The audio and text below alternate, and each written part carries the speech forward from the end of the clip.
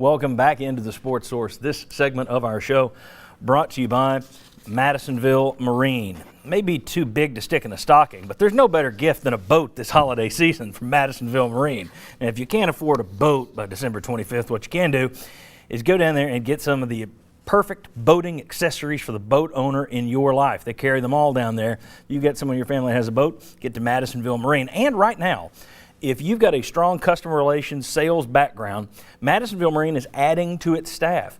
Go to madmarine.com. They're actually adding a salesperson. Go to madmarine.com.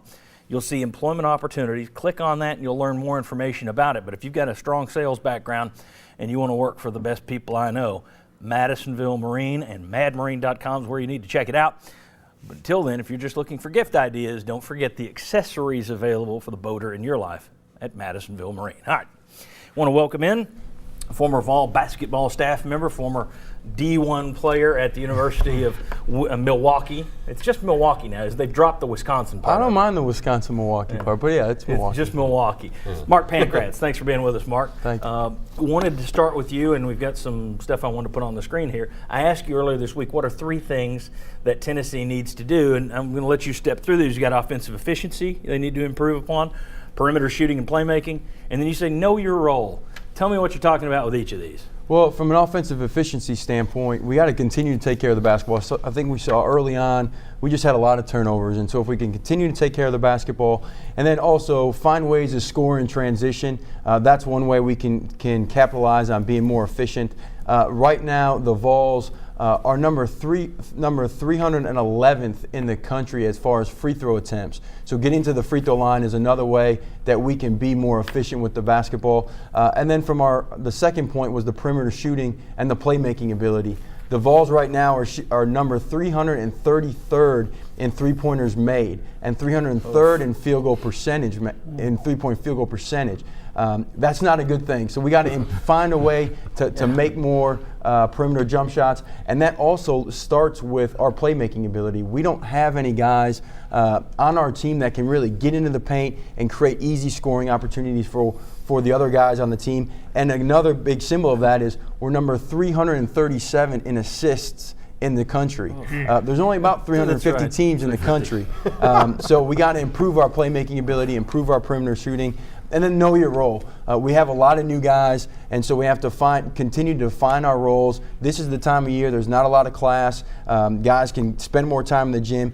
When we define our roles, we'll become more consistent, and coaches can say, all right, these first 10 games, this is what you've been doing. Here's what you do really well. Stick to this, and let's mold our team together moving forward. So if we focus on those 3 things, we'll start making more and more progress. Mike, I'll start with you. One thing I think is interesting about that, and certainly can't argue with the numbers, but one thing, you look at this Tennessee team, they played VCU a little bit better than I expected.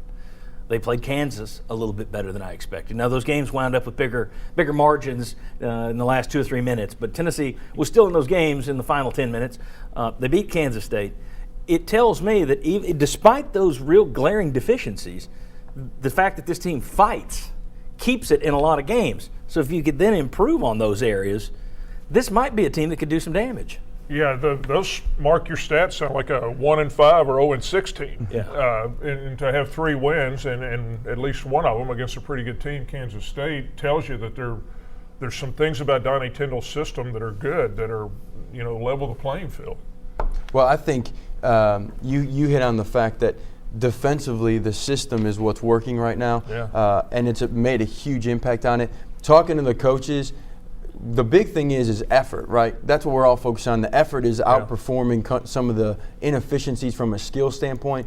Eventually, most teams are going to play hard. Your good teams are going to play hard. The next step for this ball club is how to tighten up your responsibilities on where you're supposed to be, your defensive assignments, the way you run your plays. If we can do that, then I think you'll get easier scoring opportunities, which will lead to more points. But I don't know how you're going to overcome the lack of a true point guard. I mean, in watching this team play, that's just, to me, the glaring thing, and they foul way too much. I mean, for a while, that number had to be in the 300s, too.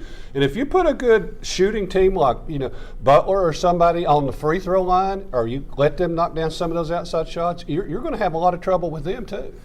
I think the biggest criticism that I would have is Tennessee has been offensively disjointed. It doesn't look, and Mark, correct me if I'm wrong, it doesn't look like their plan goes much beyond get down there and what do we do? And I think that goes to Chuck's point about not having a true point guard. It seems like everything, their half-court game, I don't know where they would rank if you can rank a half-court game, but it would be in the 300 and somethings too, I would imagine. And it just looks to me like offensively, they don't really know where they're going. And is that a product of you just have players who are just still not familiar with each other?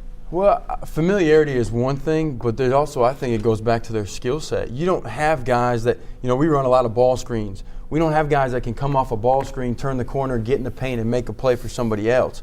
And so I think it's more about the lack of playmakers that you have, whether it's a point guard or whether it's a wing, that really, the saying in coaching is, it's not about the X's and O's, it's about the Jimmies and Joes. And I think the system defensively and some of the things you've seen show that this coaching staff knows what they're doing.